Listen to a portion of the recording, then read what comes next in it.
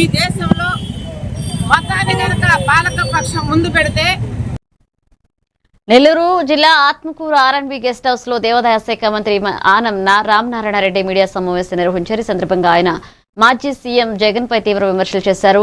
రాజధాని అంశంపై ప్రజలను తప్పుదోవ పట్టిస్తున్నారని ఆరోపించారు. రాష్ట్రాన్ని డ్రగ్ కల్చర్ తో నాశనం చేశారని మండిపడ్డారు.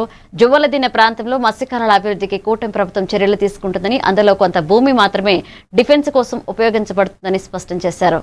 భారతదేశంలో ఉన్నటువంటి వెనుకబాటుతనంలో నిమ్న జాతులుగా వేరు కాబడ్డటి వాళ్ళందరికీ కూడా ఒక రాజ్యాంగ భద్రతను కల్పించినటువంటి మహనీయుడు.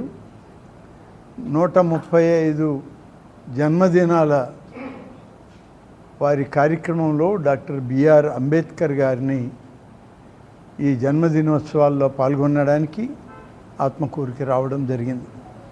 ప్రపంచ దేశాలే ఇవాళ అనేక రకాలుగా తిరుగుబాట్లు, జొరబాట్లు, ఆర్థికపరమైన నష్టాలు ఎన్ని జరుగుతున్నా అంబేద్కర్ గారు రాజ్యాంగాన్ని అమలు చేస్తున్న భారతదేశం మాత్రం సజావుగా ఒక జెండా స్తంభంలాగా ఇవాళ ప్రపంచానికి దిక్సూచిలాగా నిలబడ్డది అని అంటే ఇది మన రాజ్యాంగం యొక్క మహత్యం.